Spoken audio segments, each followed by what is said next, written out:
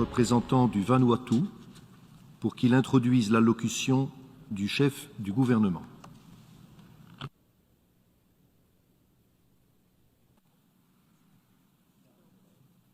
Mr. President,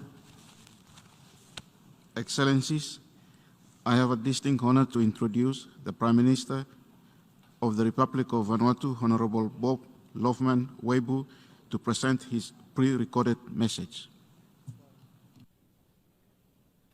Mr. President, Excellencies, Heads of State and Governments, Mr. Secretary General, distinguished delegates, ladies and gentlemen, I have the great honor to deliver this address on behalf of the government and the people of the Republic of Vanuatu.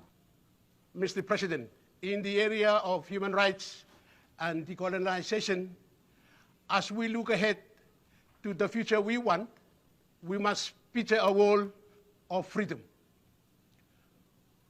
One that is free from predominance of colonial rule, persecution, and human rights abuses. In my region, New Caledonia, French Polynesia, and West Papua are still struggling for self-determination. Drawing attention to the principle of equal rights and self-determination of peoples as stimulated in the UN Charter, it is important that the UN and the international community continue to support the relevant territories, giving them an equal opportunity to determine their own statehood.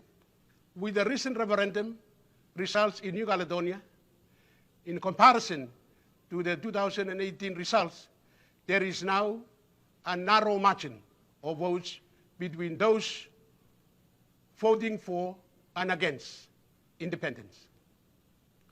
It is therefore important that the referendums remain free, fair, transparent, and continue under the supervision of the United Nations.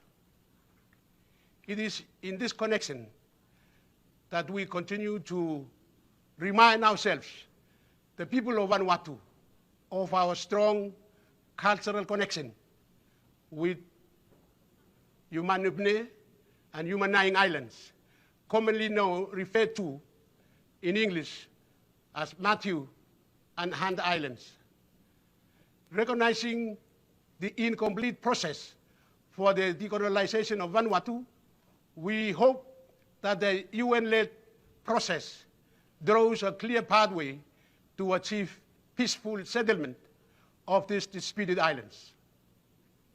Mr. President, there are widespread human rights violations around the world. In my region, the indigenous people of West Papua continue to suffer from human rights violations. The Pacific Forum and ACB leaders, among other leaders, have called on the Indonesian government to allow the United Nations Office of the Human Rights Commissioner to visit West Papua province and to provide an independent assessment of the human rights situation. To date, there has been little progress on this front.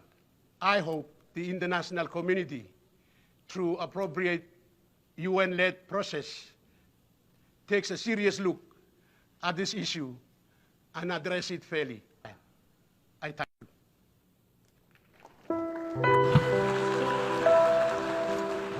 On behalf of the General Assembly, I wish to thank the Prime Minister of the Republic of Vanuatu for the statement.